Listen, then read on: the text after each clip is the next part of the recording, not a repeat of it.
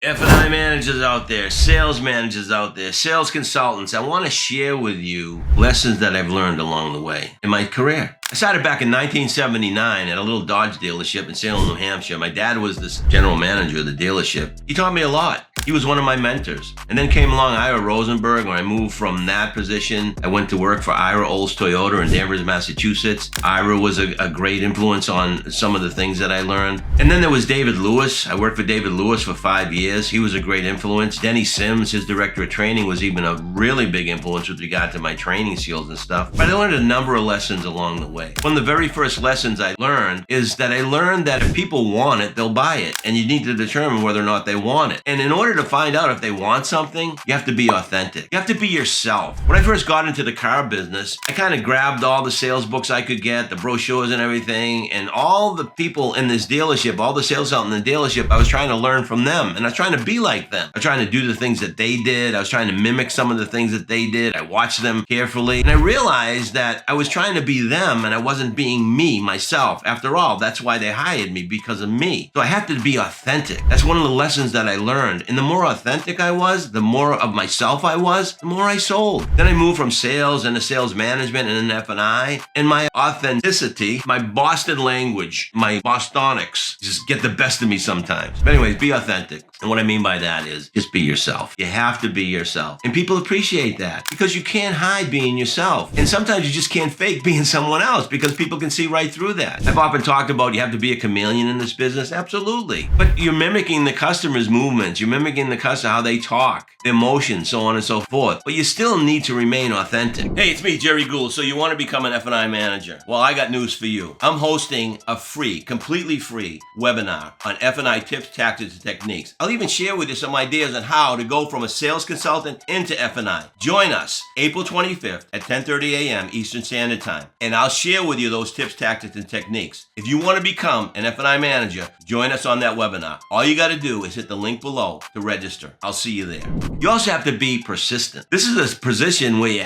definitely have to be persistent, but you have to use what I call logical persistence. I learned that from Denny Sims. Logical persistence. What does that mean? That means that you picked up something from the customer during your dialogue, a conversation with the customer, when you were trying to sell them a car, when you were asking them needs assessment questions. You learned a lot about them. And you used what you learned to be persistent, rather than just be persistent, just grabbing stuff out of the air. We talk about the F&I interview and how important that is, and gathering information about your customer, because that's the type of persistence I'm talking about. The information that you gather from your customer, you can use to convince them or persuade them, because you also have to be persuasive. You can persuade them to purchase your products. You can persuade them to purchase the vehicle based on the information that they shared with you, based on the questions you asked them. So be authentic, be persistent, and while you're doing it, be happy and enthusiastic. Have fun while you're doing it. Enthusiasm is contagious, but you can't be so enthusiastic that you scare the hell out of the customer. You got to have just the right enthusiasm. I mentioned chameleon. You got to be a chameleon in this business. And when they get happy, you get happy. When they get sad, you get sad. Mimic them. And again, it's all about authenticity and your persistence and your enthusiasm. And that's how you persuade people to buy things. And that shows confidence. That's another thing I learned. The more confident you are in what you do, how you do it, the better off you're going to be. People buy from people who are confident. It's just that simple. People buy from people who are confident because it's a sign of credibility. If you're confident in the things that you say and you're confident in how you approach people, that shows credibility. And people buy from credible people. I often talk about the 4 A's. A. You know, I learned from David Lewis and Associates David Lewis, a little plus a little equals a lot. A little plus a little equals something, but a little plus a little plus a little equals a lot. So I kind of like did a little twist on that, and I learned that those 3 A's mean more. Attitude, that's a big A. Appearance, approach, that all leads up to actions. Those are the 4 A's. So you're being authentic, you're being persistent, you're enthusiastic, and that's persuasiveness. And your confidence even adds to that. And then you become passionate about what you're doing. That's what I learned. Why am I so passionate about this position? Why am I so passionate about the offerings? Why am I so passionate to have you say yes? Because I'm doing all the right things. I gathered all the right information. I'm using logical persistence. I'm happy, I'm excited, I'm enthusiastic, and I'm very confident in my approach because I learned so much from not only you, but from all the books I read and all the industry journals that I read and my peers and the people that I work with and my upbringing made me really confident to go into this position. Those are the things that I learned along the way. I learned to be transparent too. When I went to work for AutoNation, I had to become transparent. Sure, I was an old school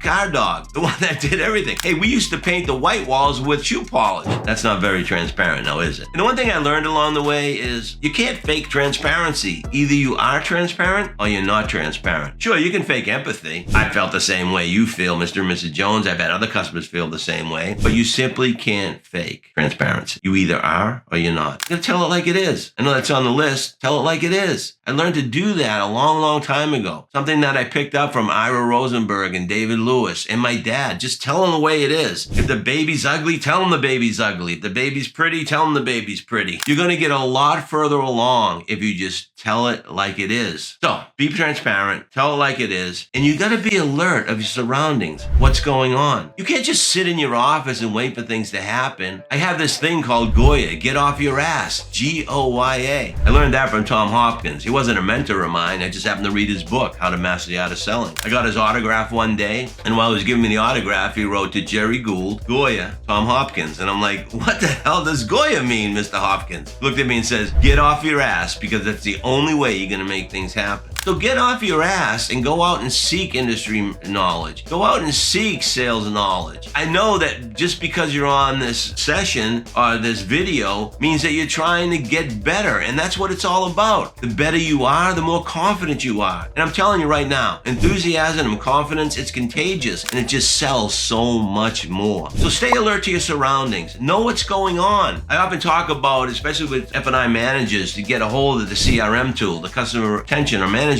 tool that you have at your dealership, so that you can see exactly what the sales manager and sales consultant see on follow-up and follow through with the customers. After all, you are a manager, you should have access to that software so they can see what's going on. You got to stay relevant. I talk about updating your software all the time. You know, I learned the car business back in the late 70s. 79, 80s. You know, I grew up in the car business, basically. I was a young adult, and now in my senior years, kind of sucks, actually. Not really. I'm having fun. But there's so much I learned. And the one thing I learned is I got to stay relevant. I got to stay up with the times. You know, you got to take those old school tactics, new twist on them. Give me an example of what I'm talking about. How many out there selling a car look at a customer and say, if the figures are agreeable, would you buy the car today? I mean, think about that statement. If the figures were agreeable, would you buy the car today? You put the emphasis on the figures and not the machine. There's a new twist. Rather than say, if we can agree on figures, are you ready to do business? Say something like this. If we were fortunate enough to find a vehicle that fits, are you in a position to proceed? I place all the emphasis now on the machine and not the price. And that's how you build value. It's when you learn these new ideas and you take these old school tactics and you put a new twist on it, that it's gonna work. Another thing that I often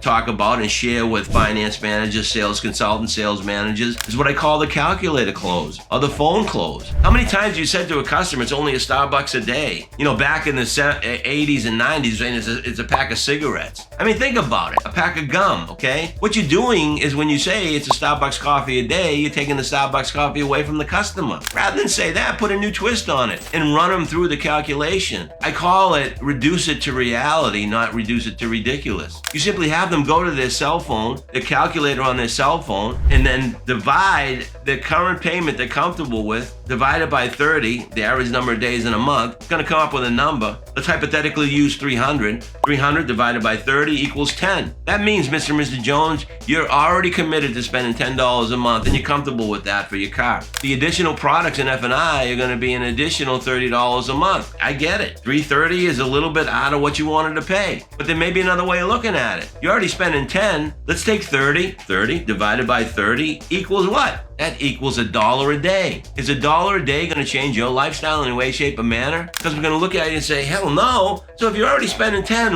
what's wrong with spending $11 and getting what you want? After all, don't you deserve it? That's if the customer says they want it. And the same holds true if you're like 20, 30, 40, 50, even $100 away on a car payment. That's only $3 a day. So remember, just take those old school tactics and develop new ways to present them to your customer. So be authentic, be persistent, be enthusiastic, be persuasive, be confident, be passionate about what you do. Make sure you're transparent, telling it like it is. Be alert to your surroundings, and remember, always stay relevant. Stay up to speed of industry trends. What's going on in the industry? Update your software as often as you can. Those are the lessons I learned. Hopefully, you learned something, what I just shared with you. If you like what you heard, just visit us at www.prodprep.com and get some more information. Until next time, go